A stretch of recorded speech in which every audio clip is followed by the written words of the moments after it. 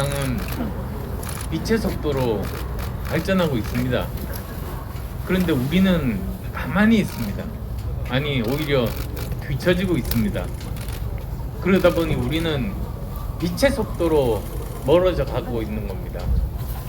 이런 위기 상황에 대한민국은 서로를 바라보면서 바깥은 시선도 주지 않고 싸우고만 있습니다. 이러면 정말로 절망적입니다. 대한민국의 미래는 없습니다. 지금 세상을 가장 크게 바꾸고 있는 것이 세 가지입니다. 지금 코로나19 사태, 그리고 5년 후에나 다가올 줄 알았던 4차 산업혁명이 훌쩍 우리 앞에 다가와서 지금 현재 진행 중입니다. 세 번째로는 미국과 중국의 신냉전입니다. 이 세 가지 힘이 작용해서 우리나라의 미래를 결정을 할 겁니다.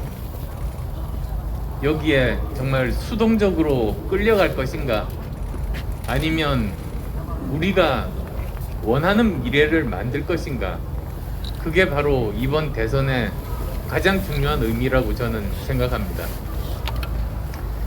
미중 신냉전, 사실 가장 본질은 무엇인가?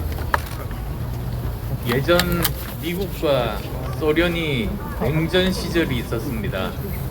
2차 대전 후, 그리고 1945년부터 소련이 이제 붕괴되기까지, 그때가 냉전 시대였습니다. 그때 냉전의 특징은 바로 패권 전쟁, 군사 패권 전쟁이었습니다. 서로가 서로를 상대로 핵무기를 만들어서 지구 전체를 파괴하고도 남을 만한 그런 핵무기들을 계속 만들면서 군사 패권 전쟁을 했던 겁니다. 그런데 지금은 완전히 다릅니다. 지금의 미국과 중국, 소련에서 중국으로 상대가 바뀌었고, 그리고 그 성격도 바뀌었습니다. 이제는 더 이상 군사 패권 전쟁이 중요한 부분이 아닙니다. 지금 남중국해를 둘러싸고 여러 가지 군사적인 갈등이 보이죠. 그런 뉴스들을 보면 마치 이런 군사 패권 전쟁의 모습으로 보실 수도 있을 겁니다. 그렇지만 정말로 본질은 과학기술 패권 전쟁입니다. 과학기술의 패권을 잡은 나라가 이 세상을 지배한다. 지금은 우리가 그런 시대에 살고 있는 겁니다. 가장 상징적으로 그걸 보여주는 사진이 아마 미국 바이든 대통령이 동그랗고 반짝이는 반도체 웨이퍼를 손에 들고 있는 그 사진입니다. 그 사진이 뜻하는 바가 이제는 군사 패권 전쟁 시대이고, 국가 지도자는 그 전선의 맨 앞에서 사령관 역할을 해야 한다. 바로 그 뜻입니다. 그 상대는 바로 중국의 시진핑입니다. 시진핑 주석은 칭화대 화학공학과 출신입니다. 그러다 보니 과학기술의 중요성을 누구보다도 잘 아는 사람입니다. 시진핑의 중국몽, 이렇게 기사에서 많이 보셨을 텐데요. 저는 어느 기사에서도 그 핵심이 무엇인지를 짚은 기사는 제가 본 기억이 없습니다. 시진핑 중국몽의 가장 큰 핵심은, 중요한 핵심은 바로 과학기술 중국몽입니다. 중국이 가진 모든 인력과 모든 자원을 과학기술에 투자해서 이런 과학기술 패권을 가지고 미국을 앞서겠다. 지금 그 계획이 하나씩 진행되고 있습니다. 그리고 벌써 그 결과가 나타나고 있는 겁니다. 이 많은 분들께 물어보면 미국과 중국이 싸우면 미국이 기술에서 이기지 않겠냐, 이런 낙관적인 생각을 하시는 분들도 제가 많이 만났습니다만, 실제로 자료를 보시면 그렇지가 않습니다. 4차 산업혁명에서 가장 중요한 것이 뭡니까? 인공지능 기술 아닙니까? 그런데 인공지능 특허 가장 많은 나라가 어디인가? 미국이 아닙니다. 중국입니다. 그리고 블록체인 아실 겁니다. 가상화폐 그 분야에서 특허가 가장 많은 나라는 어디인가? 또 중국입니다. 거기에다 우주항공 분야에서도 미국은 성공하지 못했던 달 뒷면에다가 우주선을 착륙을 시키고 화성으로 보내고, 그리고 또 올해 안으로 천궁 우주 정류장을 쏘아 올립니다. 미국이 혼자서는 못했던 일을 중국 혼자 독자적인 기술로 그렇게 쏘아 올리는 겁니다. 그러면 이게 도대체 어느 나라가 이길 수 있을지 알 수 없는 이런 혼돈의 상황이죠. 이 틈에 대한민국이 끼어 있는 겁니다. 이렇게 세계가 빛의 속도로 바뀌고 있고 끊임없는 이런 전쟁이 일어나고 있는데, 우리는 특히 여의도에 있는 대한민국 정치는 그걸 알지를 못합니다. 그래서 비유를 하자면 대한민국 정치는 우물 안의 개구리가 아니라 동굴 안의 개구리라고 제가 표현했습니다. 우물 안의 개구리라면 하늘이라도 볼 수 있는데, 세상의 아주 일부분이라도 볼 수 있는데, 동굴 안의 개구리가 되다 보니 아무것도 바깥은 관심이 없고 서로 싸우기만 하는 그런 모습이 바로 우리의 모습 아닌가 싶습니다. 근데 벌써 우리나라의 여러 가지 문제점들이 이미 나타나고 있습니다. 저는 예전부터 주장했던 것 중에 하나가, 어떤 나라가 지금 어떤 상황인지를 가장 잘 나타내주는 두 가지 지표가 있다고 말씀드렸어요. 첫 번째, 자살률. 두 번째, 출생률입니다. 자살률, 그것은 지금 현재 우리가 얼마나 삶이 힘든가를 총체적으로 나타내는 지표입니다.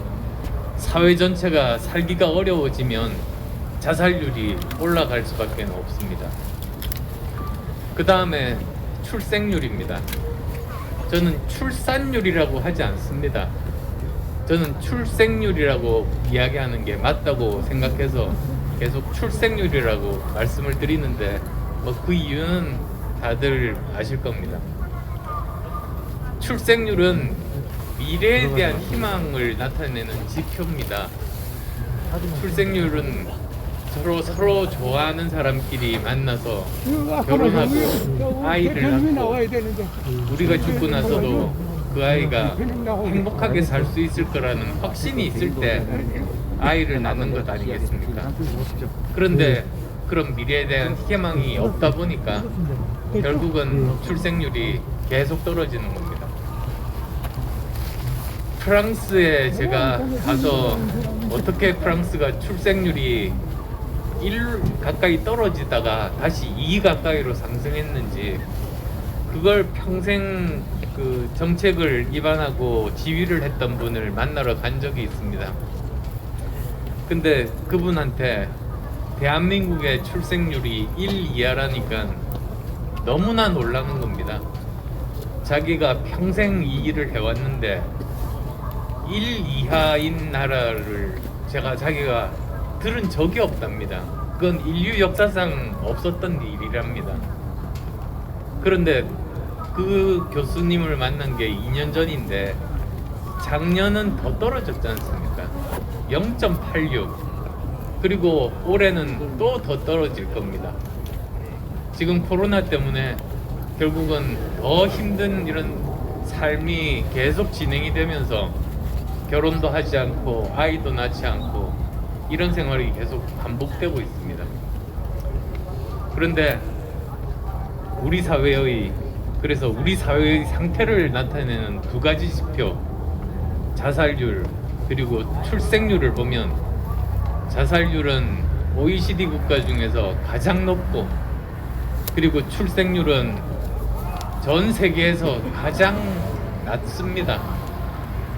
그 말은 무슨 말인가?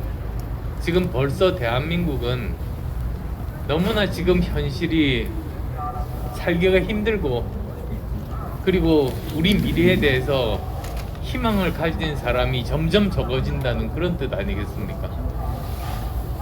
저는 정치의 역할이 크게 보면 이것이라고 생각합니다. 크게 봐서 이 정치의 역할이라는 것은 그 나라의 출생률이 높아지고 자살률이 낮아지게 만드는 것, 그게 궁극적인 목표 아니겠습니까? 그게 저는 부민 강국이라고 표현을 했습니다만, 그걸 정치가 해야 되는 일이라고 봅니다. 저는 정치는 공공을 위한 봉사다, 공익을 위한 봉사이다, 그런 생각으로 정치를 시작했습니다. 그런데 현장에서 보고 있는 모습은 바깥에서 제가 볼 때보다 더 참담합니다. 정치를 하는 목적이 공익을 위해서 봉사하는 게 아니라 선거에서 이기면 그 세금으로 자기 편들 먹여 살리는 게 목적인 정치. 그걸 보고 제가 도저히 정치를 그만둘 수가 없었습니다.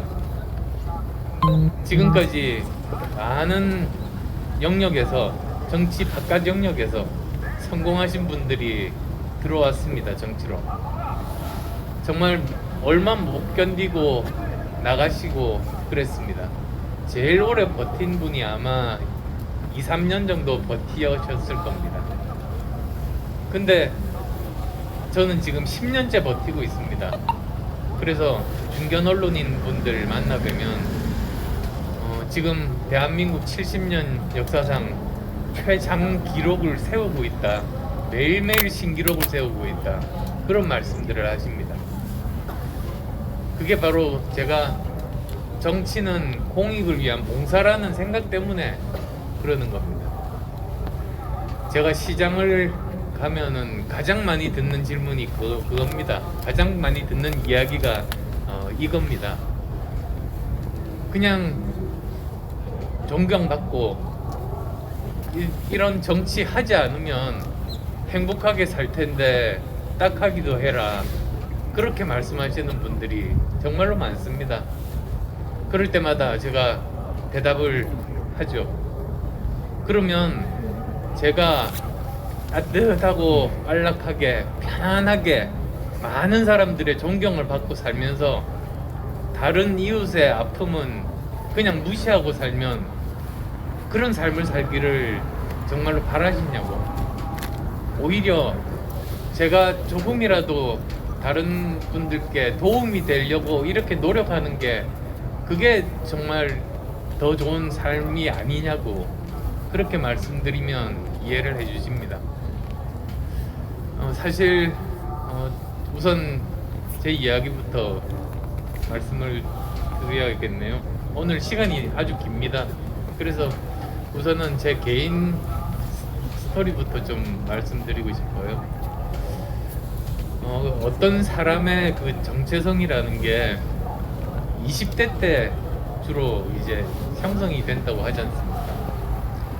저는 20대 때 의과대학을 다니고 의사가 됐습니다. 그러다 보니까 제 정체성은 의사입니다. 의사는 두 가지 정체성이 있습니다. 첫 번째는 인간 대 인간으로서 다른 사람을 도와주는 일을 하는 직업입니다. 바로 봉사, 공익을 위한 봉사, 그런 정체성을 가지고 있습니다. 봉사의 정체성이 의사의 정체성의 가장 중요한 한 부분인 거고요. 두 번째 정체성은 문제 해결사입니다. 그 사람이 어떤 병에 지금 걸려 있고, 그러면 해결하기 위해서는 어떤 치료 방법을 써야 하는가, 그걸 찾아서 환자를 고쳐주는, 문제를 해결하는 그 두 가지 정체성입니다. 근데 참 신기하게도 저 같으면은 지금이 5번째 직업입니다. 의사. IT 전문가, 그리고 벤처 경영자, 그리고 대학 교수를 거쳐서 정치인이 됐습니다. 그런데 그 5가지 직업은 바뀌었지만 제 정체성은 바뀌지가 않았습니다. 제가 의사일 때, 그 다음에 V3를 만들어서 무료로 배포할 때, 그게 바로 공익을 위해서 봉사를 하기 위해서 무료로 배포했고, 그리고 또 문제를 해결하는 것 아니었겠습니까?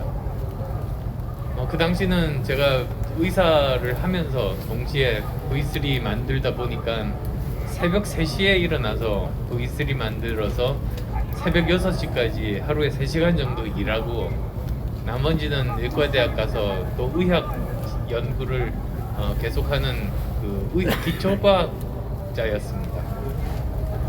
근데 그게 힘든 삶이지만 저는 굉장히 보람이 있었습니다.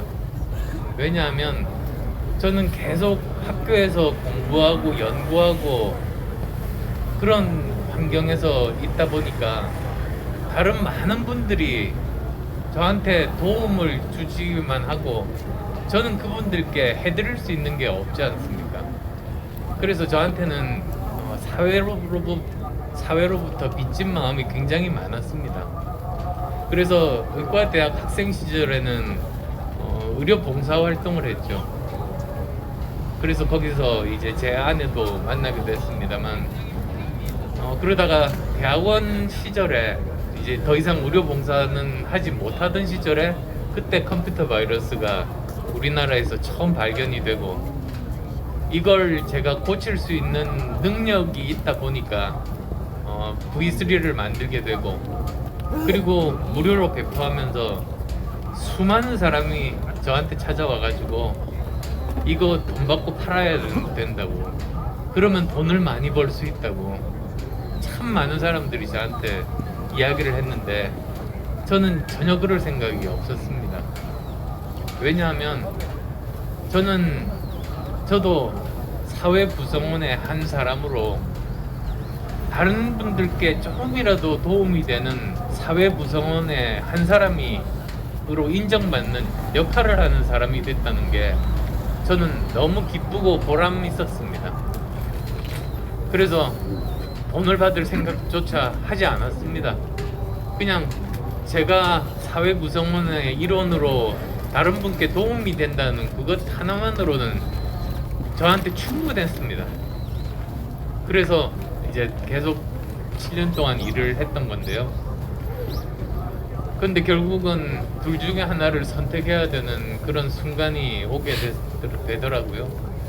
바이러스가 매년 2배씩 이렇게 불어나다 보니까 하루에 3시간 정도만 작업을 하면 이게 감당이 안 됩니다. 근데 아시다시피 그때 바이러스 백신을 하루만 늦게 배포하면 엄청나게 많은 사람들이 그 손실을 봅니다.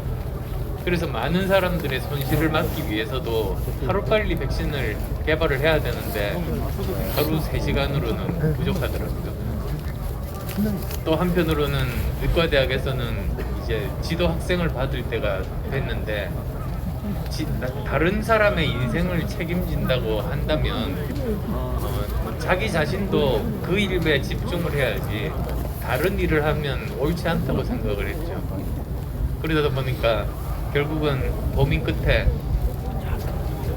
의사는 저 말고도 많지만 이 백신 만드는 사람은 그 당시 저 혼자밖에 없으니까 사회가 저를 더 필요로 하는 곳에 일을 해야 되겠다는 생각에 이제 의대 교수 그만두고 본격적으로 벤처 기업을 창업하면서 V3 백신 만드는 일을 전업을 시작하게 된 겁니다.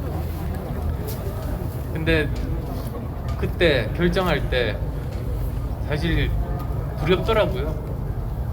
1년 정도를 제가 고민을 했었던 것 같아요. 그러니까 고민의 시간이 정말로 길었습니다.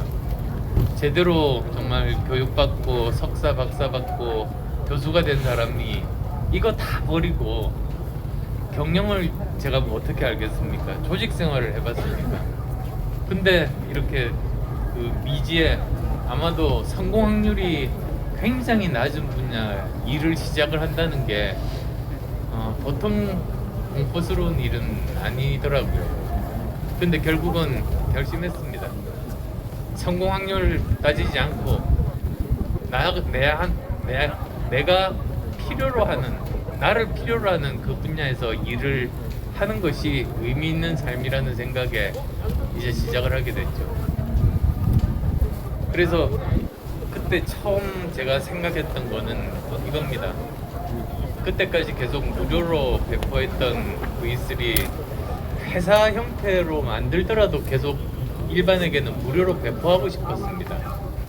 그 대신에 기업체나 또는 관공서 같은 곳에는 이 백신에 대해서 저희들이 정당한 대가를 받으면 그걸로 다시 또 일반에게 무료 배포할 수 있는 그런 일을 할 수 있지 않을까, 그런 생각을 하게 된 거죠.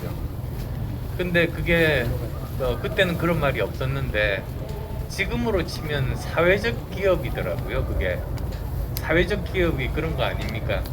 사회 공익적인 일을 하면서 그래도 자생적으로 이렇게 지속 가능한 기업을 만드는 게 가장 이상적인 사회적인 기업입니다. 사실 요즘 사회적 기업들 기업 지원들을 많이 받고 계신데요. 궁극적으로는 사실 지원 없이도 자생적으로 살아남으면서 사회 공익적인 일을 하는 그런 사회적 기업들이 많이 나오면 그만큼 기업도 건강하고 사회도 더 건강해진다고 그렇게 믿습니다. 근데 처음에 제가 그 말을 하니까 다들 말리더라고요. 그래가지고는 회사 망한다고, 의사가 경영도 모르면서 뭐 그렇게 이상적인 생각하고 있냐고, 우선 살아남아야 돈을 벌어야지 좋은 일을 할 게 아니겠냐고 그렇게 말들을 많이 하시더라고요. 그래서 처음에 여러 가지 고민을 많이 했죠. 제가 제일 고민했던 게 그겁니다. 흔히들 회사의 목적은 수익 창출이다, 이런 말을 많이 해요. 일반 상식 아니겠어요? 근데 저는 그 말이 좀 이해가 안 가더라고요. 기업의 목적이 수익 창출이면 그러면 수단 방법을 안 가리고 돈만 벌면 되는 게 기업이라는 말 아니겠습니까? 그래서 저는 그거는 아니다 생각을 했죠. 근데 오히려 이렇게 기업의 전체적인 그 과정을 보면 먼저 좋은 제품을 만들고 소비자들에게 인정을 받으면 소비자들이 그 제품을 사서 기업이 수익을 내죠. 그러니까 수익이라는 게 목적이 아니고 결과가 아닌가, 저는 그런 생각을 하게 됐습니다. 그래서 사실 그 생각 정리가 제가 완전히 이제 결심을 하게 된, 의사를 그만두기로 결심을 하게 된 계기가 된 생각이었습니다. 그러니까 돈을 벌려고만 했다면 제가 과연 돈을 잘 벌 수 있을지 한 번도 해본 적이 없어서 자신이 없었는데, 수익 창출이 목적이 아니고 결과라면 제가 하는 일만 열심히 하면 되는 것 아니겠습니까? 그러면 그건 할 수 있을 것 같았거든요. 그래서 그런 철학 가지고 시작을 했는데 나중에 보니까 그 양쪽 다 사실은 그 기업에서의 수익이 어떤 의미를 가지는지에 대한 굉장히 큰 철학적인 두 가지 방향인데 둘 중에 어느 게 더 맞다 이런 건 없습니다. 자기가 진심으로 믿고 있는 그런 방향으로 기업을 경영을 하는 거죠, 경영자들이. 근데 저는 기업에서 수익 창출이 목적이 아니라 결과라는 생각을 가지고 하다 보니까 장기적으로 보게 되고요, 보다 더 옳은 일을 선택을 하게 되고, 단기적으로 손해를 보더라도 신념을 가지고 계속 밀고 나갈 수 있게 되더라고요. 그게 아마 제가 안랩의 CEO로 있을 때 우리나라 전체에서 존경받는 10대 기업 안에 유일하게 중소벤처기업으로 들어갔던 이유가 아닌가 싶습니다. 그런 정신으로 계속 했기 때문에. 근데 그게 쉽지는 않더라고요. 경영이 너무 어려워서요. 처음에 경영 제가 잘했겠습니까?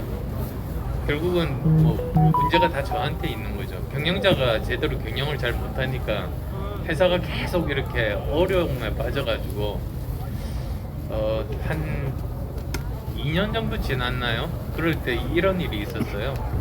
직원이 한 20명 되던 시절인데요. 그때 그 보험 외판원 한 분이 찾아오셨는데 워낙 수완이 좋고 설득력이 좋은 분이어서요. 그분도 성이 한씨였습니다. 근데 그분이 한테 20명 정도 직원이 전부 다 보험에 가입을 했어요. 그날 저 혼자 안 한 거죠. 저한테도 찾아와서 설명을 하고 참 제 상품이 좋더라고요. 보험 상품이. 근데 저 혼자 안 했던 이유가 1년 뒤에 이 회사가 망할 가능성이 더 많다고 생각했거든요. 그래서 저는 보험 가입을 안 했습니다. 근데 제가 그 말을 직원들한테 할 수는 없잖아요. 직원들 다 달아나 버리면 일을 못 하니까. 그래서 그냥 그 직원들이 보험 가입서에 막 서명하는 거 그냥 이렇게 물끄러미 바라만 보고 있었죠. 근데 그 증거가 저 지금 안랩에 있어요. 뭐냐면 안랩이 창업한 일의 전통 중에 하나가 전 직원이 사진을 찍는 거거든요.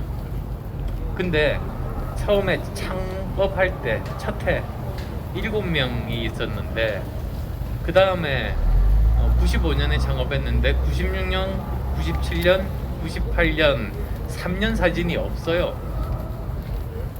왜 그랬냐면 1년 후에 망해 있을 가능성이 훨씬 많다고 생각해서 전 직원 사진 찍는 게 그렇게 자신이 없더라고요. 그렇게 기록으로 남길 가치가 있을까 생각해서 사진을 안 찍었어요. 근데 99년부터 사진 찍기 시작했습니다. 그때 확신이 생기더라고요. 이 회사는 망하지 않겠다. 그래서 그 다음부터 지금까지, 그래서 지금 안랩이 그 판교에 있습니다. 판교에 제일 먼저 빌딩 지은 회사가 안랩이거든요. 그것도 한번 모험을 걸어본 건데 제가 지금 직원이 1200명이죠. 그리고 지금 건평 만 몇천 평 정도 되는 건물에서 있어요.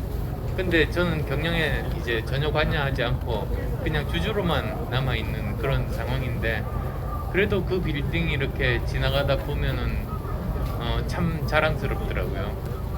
그리고 또 한편으로는 저희 회사가 아마 IT 기업 중에서 사내 결혼이 제일 많았을걸요.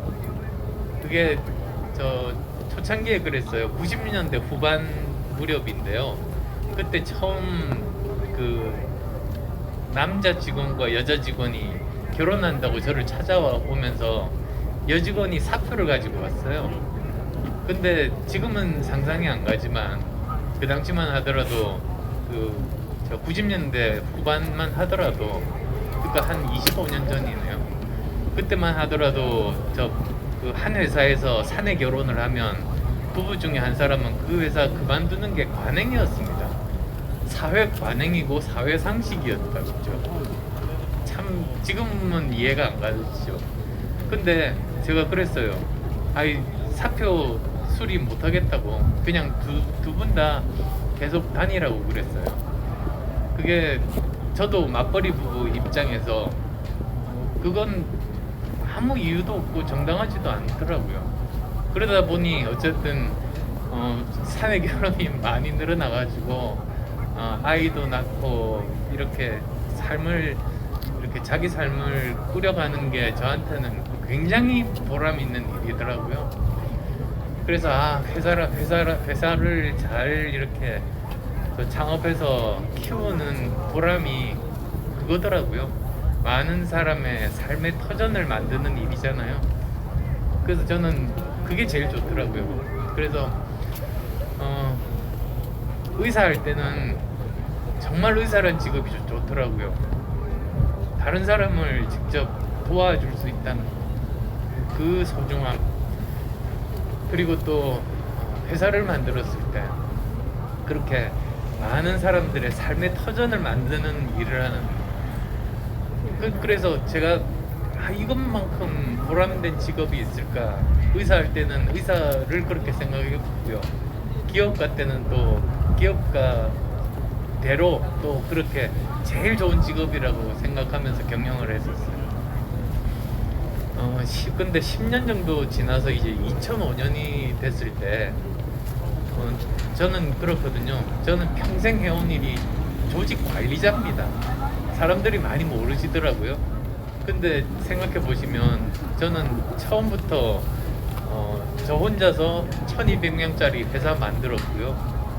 그리고 포스코라는 정말 큰 기업의 이사회 의장도 했었고, 그러면서 큰 결정들도 많이 했죠. 그리고 또 대학에서는 대학 원장으로 행정을 하고, 그리고 정치하면서는 지금이 당대표 4번째입니다. 그러니까 제가 직업을 다섯 번째 직업인데, 처음부터 끝까지 제가 제일 오래 했던 일이 조직 관리거든요. 제가 조직 관리를 얼마나 잘하는 걸 사람들이 잘 모르시던데, 어쨌든 이제 조직 관리자로서 이렇게 살다 보니까 이 조직 관리의 하나의 뭐랄까요, 원칙 같은 게 생겼습니다. 무슨 뜻이냐면 조직은 크게 보면 두 가지로 나눠요. 하나는 보좌하는 조직, 비서실 같은 그런 조직이 있고, 또 하나는 각 부서장이 있잖아요. 이렇게 있는데, 제가 비서진으로, 그러니까 보좌진으로 굉장히 똑똑한 친구를 한 번은 한 부서를 맡긴 적이 있어요. 이 사업을 한번 책임지고 해보라고. 워낙 똑똑한 친구여서요. 근데 한 달쯤 지나니까 다시 찾아와서 자기 못하겠다고 그러는 거예요. 왜 그러냐니까, 그전에는 그냥 CEO한테 자기 나름대로 머리를 짜내서 자기 아이디어를 제공해주면 그걸로 됐었는데, 지금은 자기가 결정하면 자기가 책임을 져야 되는데 그 스트레스가 너무 크다는 거예요. 그래서 다시 그 친구는 스텝 조직, 그러니까 보좌진으로 다시 돌아갔죠. 반대 일도 있었거든요. 부서장으로 너무 똑똑하고 일을 잘해서, 그리고 기술의 흐름을 그렇게 잘 알더라고요. 그 친구가 사업도 잘하는데. 그래서 좀 보좌를 받으면 좋겠다 싶어서 그 친구를 부서장이 아니고 그 부서에서 빼갖고 와가지고 스텝 조직에다가 보좌진을 역할을 시켰죠. 근데 이 친구도 한 달 있다가 자기 도저히 못 견디겠대요. 그게 자기는 조언만 하고 뭘 자기 손으로 이렇게 성과를 만드는 일이 없으니까 아무런 일하는 보람을 못 느끼겠다 그러더라고요. 그래서 깨달았죠. 둘 다 잘하는 사람은 없더라고요. 항상 보면은 이제 리더가 있고, 리더가 제대로 판단을 할 수 있도록 보좌진